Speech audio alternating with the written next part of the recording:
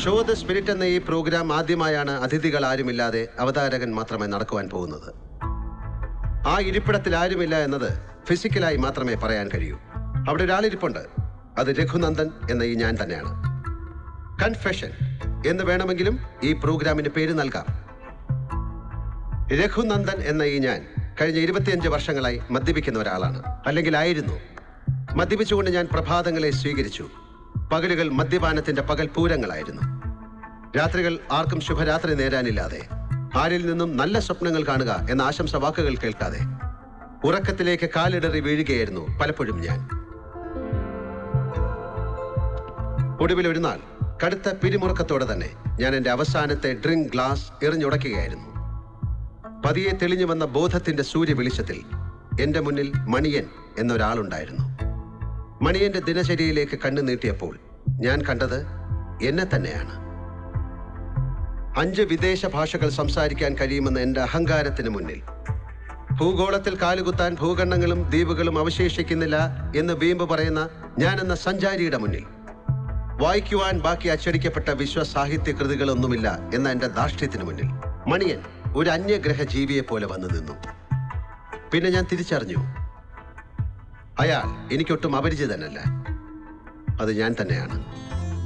ഞാനൊരിക്കലും കണ്ടിട്ടില്ലാത്ത, അറിഞ്ഞിട്ടില്ലാത്ത ഞാൻ. മണിയനോട് ഒരിക്കലും ഞാൻ ചോദ്യങ്ങളൊന്നും തന്നെ ചോദിച്ചിട്ടില്ല. ഉത്തരം മുട്ടിക്കുന്ന ചോദ്യങ്ങൾ അയാളെ ട്രാപ്പ് ചെയ്തിട്ടുമില്ല. പകരം എൻ്റെ യുവ സുഹൃത്ത് ബിനോയ് എന്ന ക്യാമറാമാൻ എനിക്ക് വേണ്ടി മണിയന് പുറകെ സഞ്ചരിച്ചു. A day in the life of A chronic alcoholic. ഒരു മുഴു മദ്യപാനിയുടെ ജീവിതത്തിൽ നിന്നും ഒരു ദിവസം. അനേകമായിരം കോടി രൂപയുടെ ലാഭം പ്രതിവർഷം സംസ്ഥാന സർക്കാരിന് നേടിക്കൊടുക്കുന്ന, കേരളത്തിൽ ഇന്ന് പ്രവർത്തിക്കുന്നതിൽ വെച്ച് ഏറ്റവും ലാഭകരമായ ബിസിനസ് സാമ്രാജ്യത്തിന്റെ പെരും ഭണ്ണാരം നിറയ്ക്കുന്നവരിൽ ഒരാൾ. നിങ്ങൾക്കറിയാം അയാളെ, മണിയനെ. അല്ലെങ്കിൽ നിങ്ങളാണ് അയാൾ. നമുക്ക് കാണാം മണിയന്റെ ഒരു ദിവസം.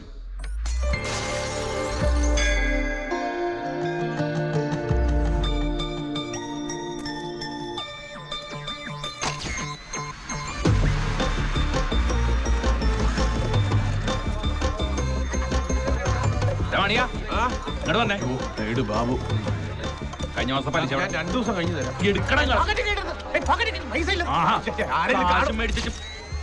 ആളവടിയാക്കണം.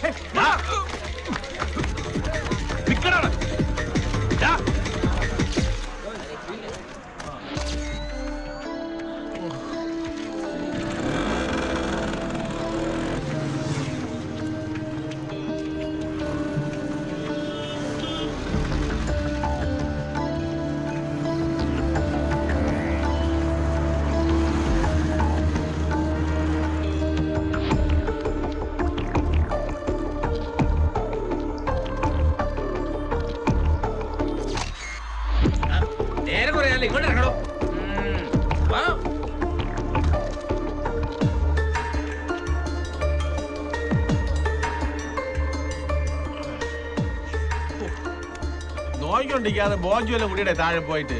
ഓ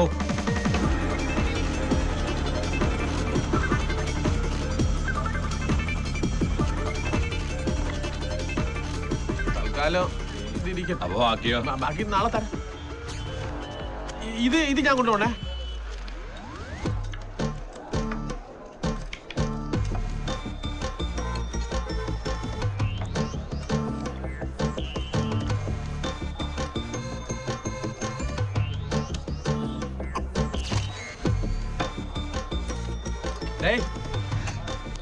വേണേ വന്നിരുന്ന് കഴിക്ക് കഞ്ഞി.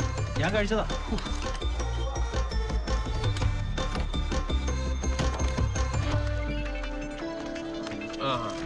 നീ ഇവിടെ നില്ല്.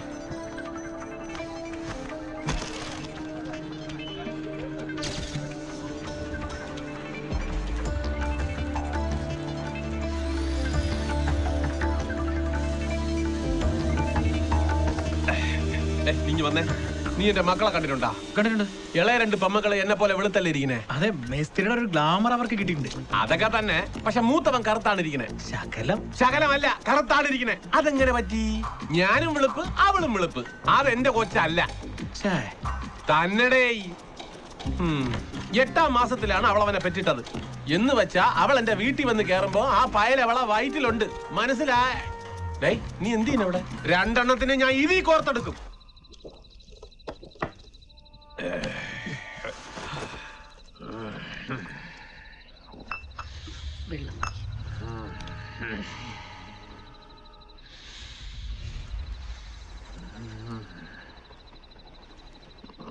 എന്റെ കൊച്ചു വയറ് നിറച്ച് കഴിക്കണം കേട്ടാ.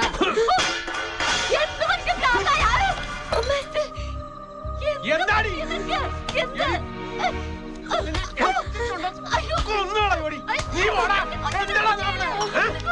നീ എന്താണ് എവിടെ മാത്രം എടുത്ത് ഊട്ടണത്? അവിടെ സ്നേഹം അത് തീർത്തടങ്ങി നിന്നെ കൊല്ലൂടാ. അച്ഛാ അച്ഛാ ഒന്നും ചെയ്യലച്ചാ.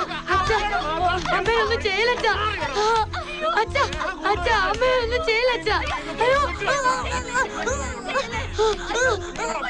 അയ്യോ നിനക്ക് സ്നേഹം കൂടുതലല്ലേ? നിന്നെ തീർത്തരാടി.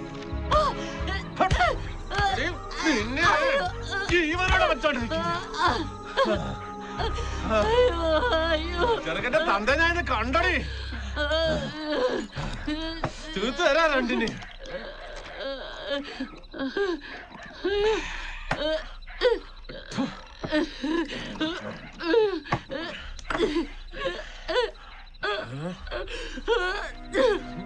എന്താടി മോങ്ങണത്?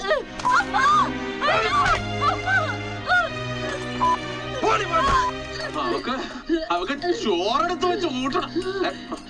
അവളെ അമ്മയുടെ ചോറ് ഞാൻ കാണിച്ചതാണ്. കാണിച്ചിട്ടുണ്ടല്ലോ കൊന്നില്ല. ആരിവിടെ ഉണ്ടാവില്ല ചോദിക്കാൻ. കുപ്പിയിൽ തീർന്ന പരാതി. അവക്ക് ചോറ് കൊടുക്കാൻ കണ്ട സമയം. എല്ലാത്തിനും ഉണ്ടല്ലോ, എല്ലാത്തിനും ഞാൻ ആഴ്ച പിരിച്ചളയും. ഒരു പാട്ട് ചോദിക്കാൻ വരലടി. ഒരാളിന്റെ വ്യക്തി ജീവിതത്തിലേക്ക് ഒളി ക്യാമറ കണ്ണുകൾ പായിച്ച് അത് അനവധി കോടി ജനതയുടെ മുന്നിൽ പ്രദർശിപ്പിച്ച് പിന്മാറുകയല്ല ഞാൻ ചെയ്യുന്നത്. മണിയൻ എന്ന മനുഷ്യനോട്, അയാളുടെ കുടുംബത്തിനോട് സത്യത്തിൽ ഞാൻ ചെയ്തത് നിലവാരമില്ലാത്ത വില കുറഞ്ഞ അപരാധമാണ് എന്ന് ചിലർക്കെങ്കിലും തോന്നാം. പക്ഷെ മണിയൻ അവരോട് യോജിക്കില്ല.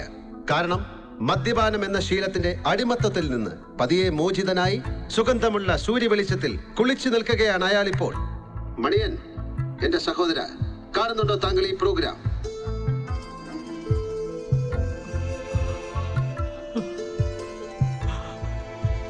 എനിക്കറിയാം ഇത്തിരി നനഞ്ഞ കണ്ണുകളുമായി അയാൾ ഇത് കാണുന്നുണ്ട്. ഒരു പുനരധിവാസ കേന്ദ്രത്തിലാണ് മണിയൻ ഇപ്പോൾ ഉള്ളത്. അദ്ദേഹത്തിന്റെ ഭാര്യ പങ്കജവും കുട്ടികളും മറ്റൊരു ആശ്രയത്തിന്റെ വൻ മരഛായയിലുണ്ട്. നമുക്കതും കാണാം. ഹൗസ് കീപ്പിംഗ് ഇൻചാർജ്, അങ്ങനെയൊക്കെ ആയിരിക്കും പങ്കജത്തിന്റെ ജോലിയുടെ പേര്. ചെയ്യേണ്ട കാര്യങ്ങളെ കുറിച്ചൊക്കെ മീര പറഞ്ഞു തന്നല്ലേ? ഗസ്റ്റ് വരും മുമ്പും പോയ ശേഷവും മുറികൾ വൃത്തിയായി സൂക്ഷിക്കുക. അതിന് സഹായികളൊക്കെ ഉണ്ടാവും കേട്ടോ. അടുത്ത ആഴ്ച ഞങ്ങൾ പോവും അമേരിക്കക്ക്. ശരി കൊച്ചമ്മ. കൊച്ചമ്മന്നൊന്നും വിളിക്കണ്ട, മീര. പിന്നെ കുട്ടികളുടെ കാര്യം, അവരിനി പഠിക്കാൻ പോകുന്നത് ചോയ്സ് സ്കൂളിലാണ്. അയ്യോ, അതൊക്കെ കാശുള്ള വീട്ടിലെ കൊച്ചുങ്ങൾ പഠിക്കുന്ന അവർ സ്കൂളല്ലേ? 3 പേരെയും ഫീസ് ഒന്നും വാങ്ങാതെ പഠിപ്പിക്കാമെന്ന് രഘുസാറിന്റെ ഫ്രണ്ട് ജോസ് തോമസ്, സ്കൂളിന്റെ ചെയർമാനെ സമ്മതിച്ചിട്ടുണ്ട്. അധികം വൈകാതെ മണിയൻ അവർക്കരികിലേക്ക് എത്തും. മണിയന്റെ കഴിഞ്ഞ കാല ജീവിതം സർവ്വസാധാരണം, അല്ലെങ്കിൽ ലക്ഷം കഥകളിൽ ഒന്ന് മാത്രം എന്നാണ് നിങ്ങൾ പറയുക. ഞാൻ അംഗീകരിക്കുന്നു. എങ്കിലും ഈ മാറ്റങ്ങൾ അസാധാരണം തന്നെയാണ്. രക്ഷയുടെ മാലാഖമാർ ഒരിക്കലും എല്ലാവരിലേക്കും പറന്നിറങ്ങാറില്ല. ചിലർ മാത്രം ചിലയിടങ്ങളിൽ തിരഞ്ഞെടുക്കപ്പെടുന്നു.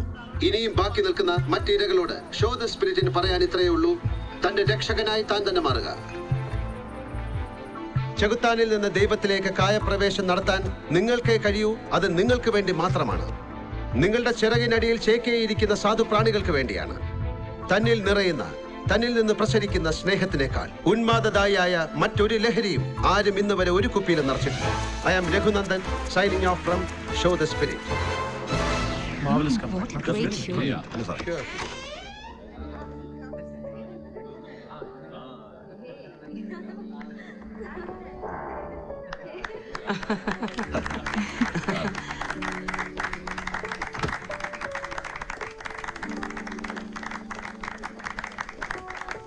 Congrats.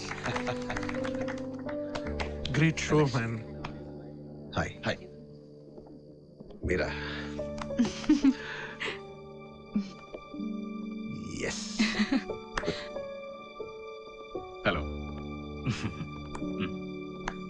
ആ, hi sir, congrats. Well done, sir. It is amazing. Oh.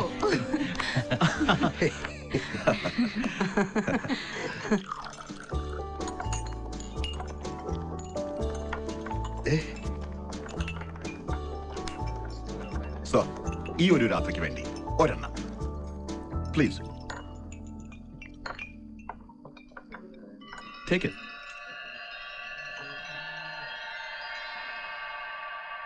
Come on.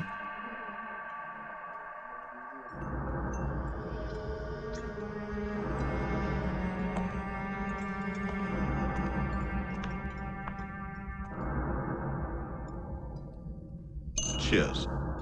cheers. വേണ്ടായിരുന്നു.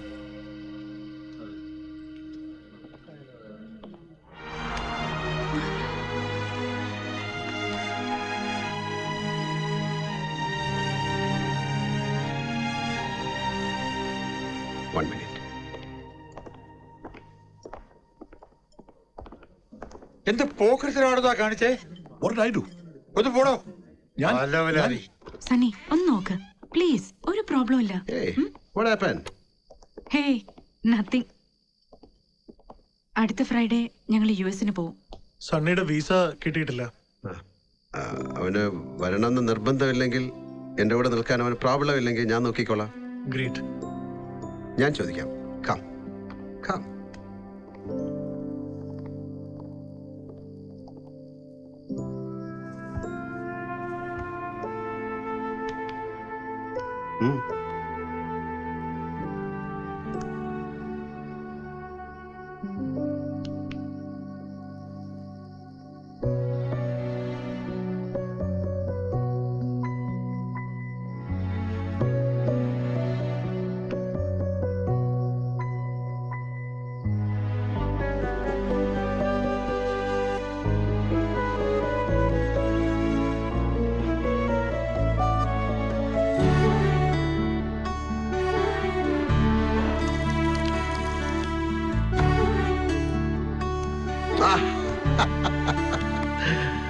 My son, my son. നമുക്ക് കുറച്ചു കാലം ഒരുമിച്ച് ജീവിച്ചാലോ?